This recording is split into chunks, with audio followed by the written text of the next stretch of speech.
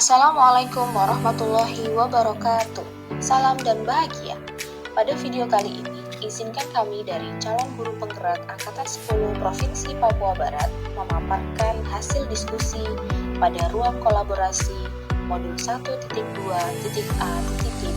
yaitu diskusi mandiri tentang nilai dan peran guru penggerak.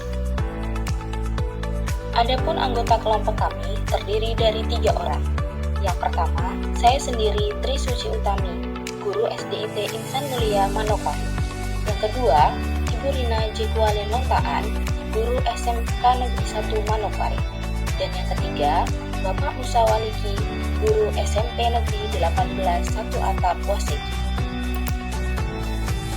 Sesuai yang telah kita pelajari di modul 1.2 pada eksplorasi konsep, disampaikan bahwa ada beberapa nilai-nilai guru penggerak. Yang pertama, berpihak kepada murid. Guru penggerak selalu bergerak dan mengutamakan kepentingan murid. Yang kedua, mandiri, di mana guru penggerak terus belajar sepanjang hayat, memaknai diri sendiri dalam melakukan aksi serta berkenan mengambil tanggung jawab dan turun tangan untuk memulai perubahan. Yang ketiga, reflektif, senantiasa memaknai pengalaman yang terjadi di sekeliling, baik terjadi pada diri sendiri maupun pihak lain secara positif, apresiasi, dan produktif. Yang keempat, kolaboratif, yaitu seorang guru penggerak mampu senantiasa membangun daya saing, memperhatikan pentingnya saling ketergantungan yang positif. Dan yang terakhir, inovatif. Makna dari nilai inovatif adalah seorang guru penggerak senantiasa memunculkan gagasan segar dan tepat guna. Guru penggerak diharapkan dapat menjadi agen perubahan untuk mewujudkan pendidikan yang lebih baik. Adapun peran guru penggerak yaitu menjadi pemimpin pembelajaran, menjadi coach bagi guru lain, mendorong kolaborasi, mewujudkan kepemimpinan murid, dan menggerakkan komunitas praktisi.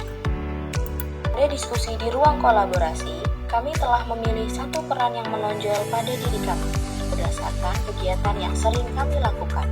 Yang pertama, peran yang paling menonjol pada Bapak Musa adalah menjadi pemimpin pembelajaran, di mana nilai guru penggerak yang muncul pada dirinya yaitu inovatif dan mandiri. Berikut adalah kegiatan yang telah dilakukan oleh Bapak Musa. Yang pertama yaitu mencangkok pohon buah yang ada di lingkungan sekitar. Kedua, melibatkan siswa dalam aktivitas fisik. Yang ketiga, pembuatan dodol dari buah durian. Selanjutnya, peran yang paling menonjol pada Ibu Rina adalah menjadi pemimpin pembelajaran, di mana nilai guru penggerak yang muncul pada dirinya yaitu berpihak pada murid dan mandiri. Berikut adalah beberapa kegiatan yang telah dilakukan oleh Ibu Rina. Yang pertama yaitu praktek pembuatan pupuk kompos. Yang kedua, menanam apotik hidup di lingkungan sekolah. Dan yang terakhir, melakukan praktek wirausaha. Dan yang terakhir, saya sendiri memilih peran guru penggerak yaitu mewujudkan kepemimpinan murid, di mana nilai guru penggerak yang muncul pada diri saya yaitu kolaboratif dan berpihak pada murid. Adapun kegiatan yang saya lakukan adalah menyampaikan perkembangan belajar kepada orang tua murid, membuat proyek kelompok, dan menumbuhkan karakter kepemimpinan melalui kegiatan pramuka.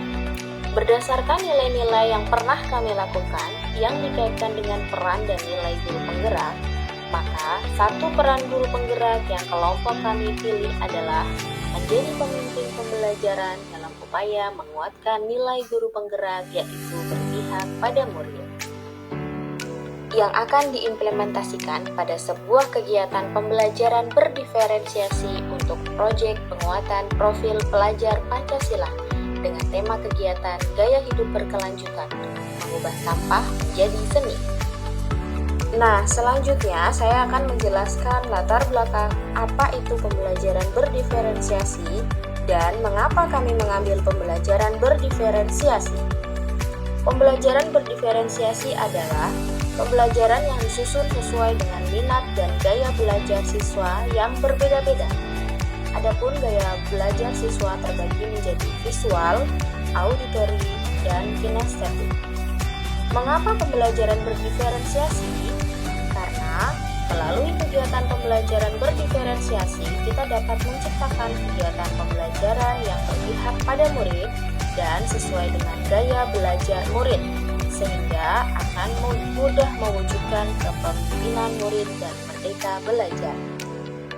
Berikut ini adalah rencana dan rincian kegiatan sesuai dengan nilai dan peran guru penggerak yang diterapkan di sekolah, yaitu mengubah sampah menjadi seni. Pertama, yang perlu kita lakukan adalah identifikasi gaya belajar murid. Identifikasi gaya belajar murid ini dilakukan di kelas masing-masing dengan melakukan diagnosis awal tentang gaya belajar murid, yaitu dengan cara mengisi angket gaya belajar. Setelah mendapatkan data diagnostik awal gaya belajar murid, lalu kita kelompokkan murid sesuai dengan gaya belajarnya masing-masing. Yang kedua, guru merancang dan melaksanakan kegiatan pengenalan sampah sesuai gaya belajar murid. Pada diferensiasi proses ini, terdapat beberapa gaya belajar. Yang pertama, gaya belajar visual. Siapkan video pengenalan tentang macam-macam sampah dan tempat sampah yang digunakan untuk membuang sampah tersebut. Kedua, adalah gaya belajar auditory. Siapkan bacaan tentang macam-macam sampah dan tempat sampah yang digunakan dan meminta siswa dengan gaya belajar ini untuk membaca secara bergantian. Yang ketiga, gaya belajar kinestetik. Gaya belajar kinestetik ini siapkan berbagai macam sampah dan tempat sampah yang digunakan untuk membuang sampah tersebut dan meminta murid untuk mempraktekkan tempat sampah yang sesuai untuk membuang sampah tersebut. Pada rincian kegiatan yang ketiga adalah mengenalkan pentingnya mengolah sampah dan memanfaatkan kembali sampah dengan 3R, reuse, reduce, dan recycle. Kita bisa bekerja sama dengan bank sampah ataupun komunitas peduli sampah untuk menyampaikan pentingnya mengolah sampah dan memanfaatkan sampah. Kedua, kita juga bisa mendatangi TPA, tempat pembuangan akhir, agar murid dapat mengamati secara langsung dampak dengan banyaknya sampah yang tidak bisa diolah dengan baik. Atau, kita juga bisa mencari informasi tersebut di internet tentang dampak sampah, pengolahan sampah, dan memanfaatkan sampah dengan panduan guru. Kegiatan selanjutnya adalah merancang dan membuat produk dari daur ulang sampah. Pada diferensiasi produk ini, kita bisa membuat produk dari sampah organik dan sampah anorganik. Untuk sampah anorganik, kita bisa membuat celengan dari kaleng atau kemasan kardus dan kerajinan tangan lainnya. Untuk sampah organik, kita bisa membuat ekoenzim yang memanfaatkan sampah organik dapur. Pada rincian kegiatan yang kelima, murid harus memaparkan hasil karyanya dan saling memberikan umpan balik terhadap karya yang sudah dibuat. Murid memaparkan hasil karya dan langkah-langkah pembuatannya, menyampaikan perasaan saat membuat karya tersebut.